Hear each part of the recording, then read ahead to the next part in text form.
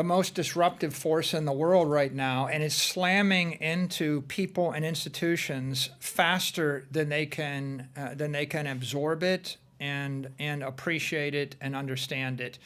And this is like shockwaves in the real world, right? If I move an airfoil through the air faster than the speed of sound is the rate at which air communicates with itself.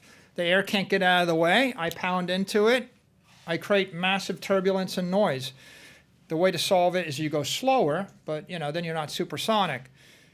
Charlie Munger wasn't an advocate of Apple Computer, right? How about Amazon, right? How about Microsoft, right?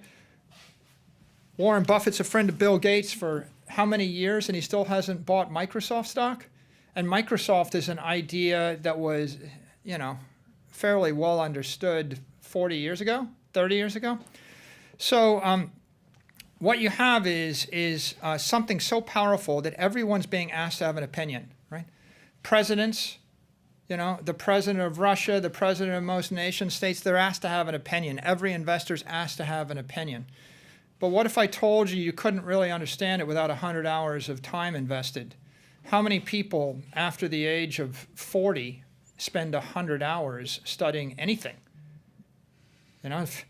Like once you get to, how about age of 65? You don't think a Munger, Buffett, Gates, these guys spent 100 hours studying Bitcoin? Aren't you sure they didn't? Isn't it obvious? I would say it's almost certain that he hasn't spent 10 hours. And so I would say the same with most macro investors though right now. You know what? I would say the same with a lot of crypto investors.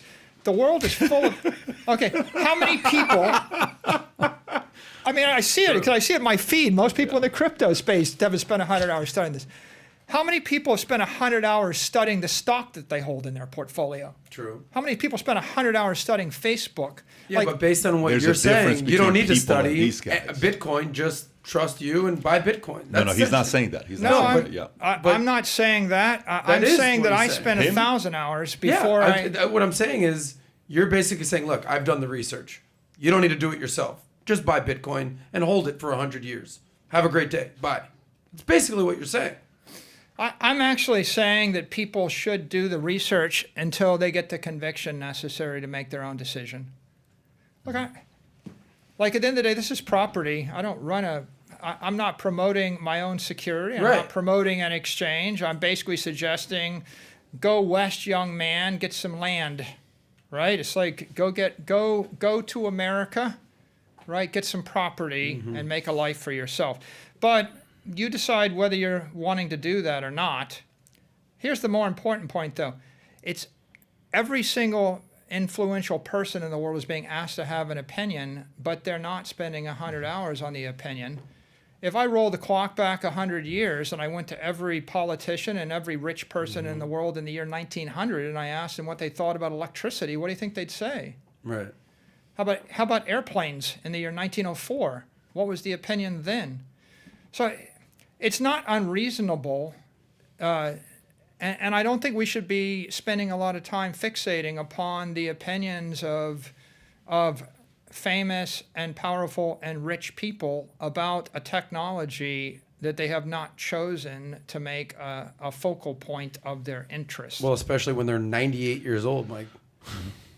That has to be a factor. I think the more important point is everybody thinks for themselves, right? So you wouldn't go to Charlie Munger and ask him to pick out stocks in your name every winning stock in the past decade. Netflix, Google, Fang. Apple, Facebook, Amazon.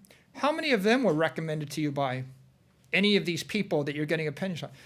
None of the Bitcoin antagonists or critics would have recommended or did recommend any of those stocks, right? So it's kind of a moot point. It's really just marketing or sparks that are being sent up, because what happens is these guys in the media, they interview them and they want to get a rise out of them, so they actually throw this out there. Nobody's asking Warren Buffett's opinion of silver or gold right now because no one's interested in hearing the answer.